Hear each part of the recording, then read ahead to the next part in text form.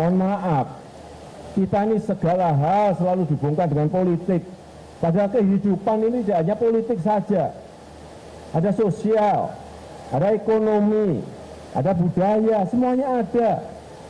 Kenapa setiap hal pasti dihubungkan dengan politik? Itulah kepandaian para politikus mempengaruhi masyarakat. Hati-hati, saya titip ini hati-hati.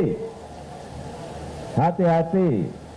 Hati-hati, banyak politikus yang baik-baik, tapi juga banyak sekali politikus yang sontoloyo. Saya ngomong apa adanya. Tadi kita sudah lihat retorika yang dibawakan pemimpin kita, Presiden Jokowi.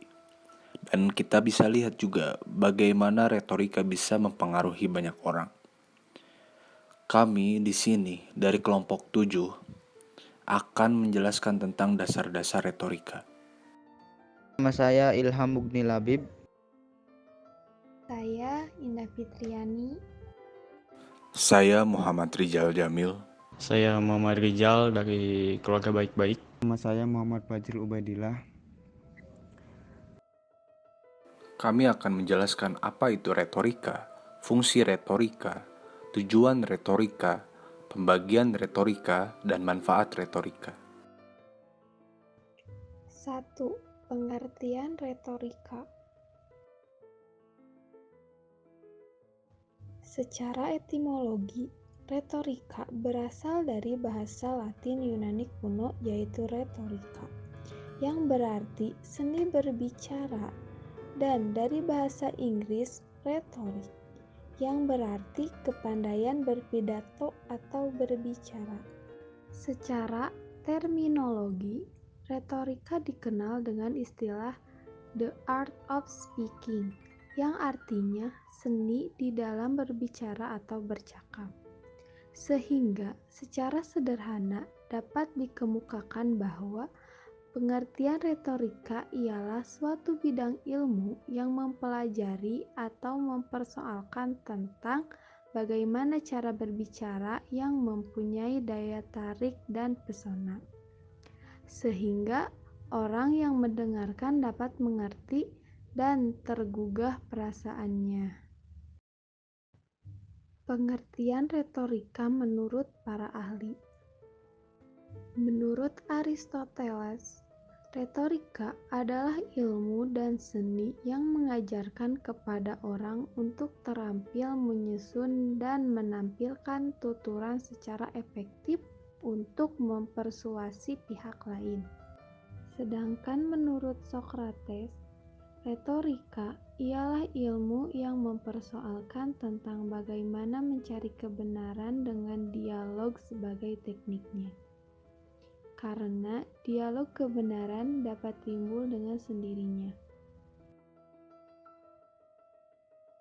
Fungsi retorika itu sendiri bisa disebut agak sejalan dengan yang namanya fungsi dari komunikasi.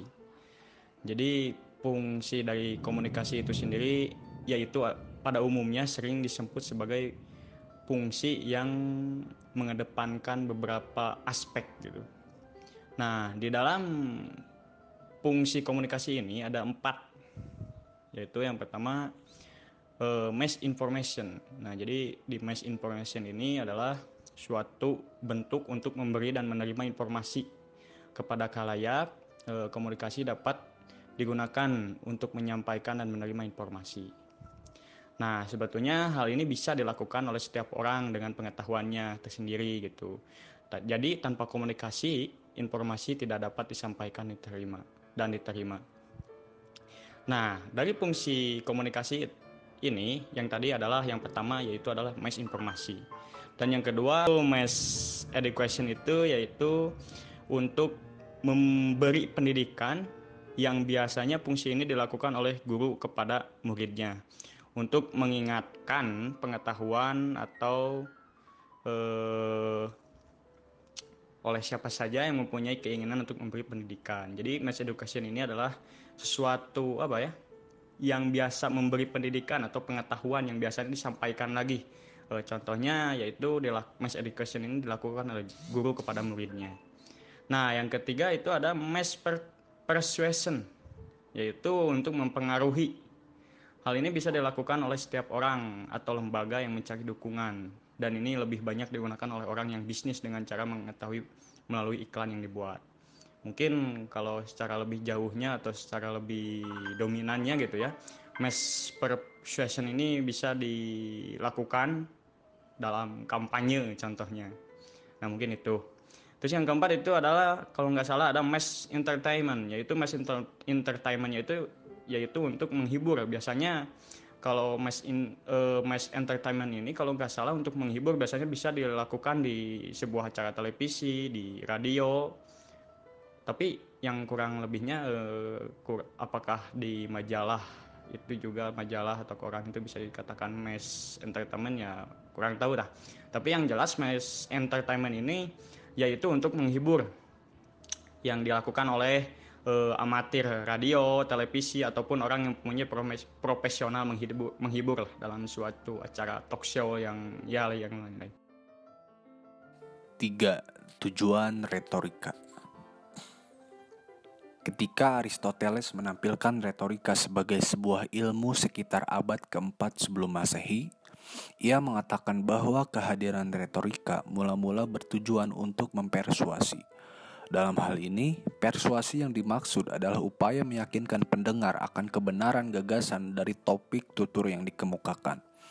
Usaha ini bukanlah pekerjaan yang mudah, mengingat bahwa setiap orang memiliki insting etis yang membantu dirinya dalam membedakan antara yang benar dan yang tidak benar.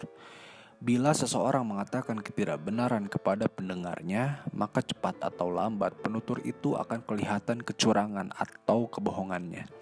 Dalam keadaan seperti ini, orang tidak berhak lagi berbicara tentang persuasi, karena terbukti bahwa penanggap tutur tidak yakin lagi akan kebenaran gagasan yang ditanggapi sebelumnya. Jadi persuasi itu tidak bisa dilepaskan dari kebenaran. Aristoteles menyarankan kepada setiap penutur agar mereka meneliti sebaik-baiknya pokok persoalan yang akan dituturkannya. Mengambil ulasan yang benar-benar ada dalam pokok persoalan tersebut, kemudian menampilkannya dalam ragam dan gaya bertutur yang persuasif.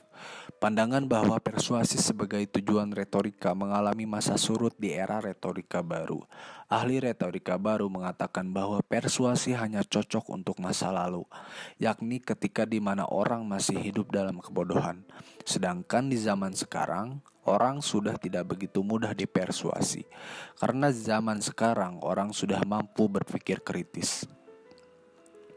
Di sini ada beberapa tujuan-tujuan retorika. Yang pertama adalah to inform, yakni memberi keterangan dan pengertian pada massa, guna memberikan penerangan yang mampu menanamkan pengertian dengan sebaik-baiknya. Yang kedua adalah to convince, yakni meyakinkan dan menginsafkan. Biasanya ini dituturkan oleh pemuka agama. Yang ketiga adalah to inspire, yakni memunculkan inspirasi dengan teknik dan sistem penyampaian yang baik dan bijaksana. Yang keempat, to entertain, yakni digunakan untuk menggembirakan, menghibur, dan memuaskan. Yang kelima adalah to actuate, yakni menggerakkan dan mengarahkan untuk bertindak menetralisir dan menjalankan ide yang sudah dikomunikasikan oleh orator di hadapan massa.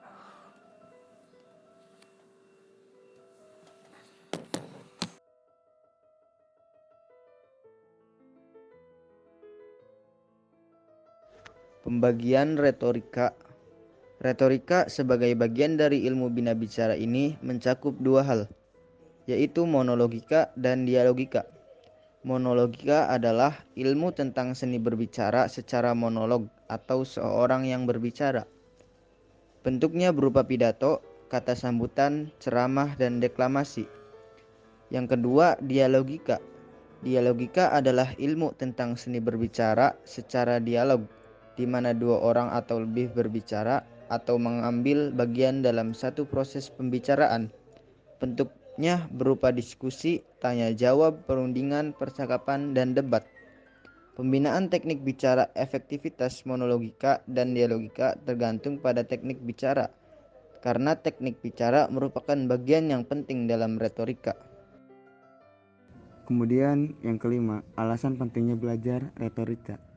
Menurut para tokoh, Quintilianus mengatakan, tidak ada anugerah yang lebih indah yang diberikan oleh para dewa daripada keluhuran berbicara. Agustinus yang juga seorang retoris mengatakan, kepandaian berbicara adalah seni yang mencakup segala-galanya. Kemudian Martin Luther berpendapat, siapa yang pandai berbicara adalah seorang manusia, sebab berbicara adalah kebijaksanaan dan kebijaksanaan adalah berbicara. Di atas selembar papirus yang ditemukan di dalam sebuah makam tua di Mesir tertulis, binalah dirimu menjadi seorang ahli pidato, sebab dengan itu engkau akan menang.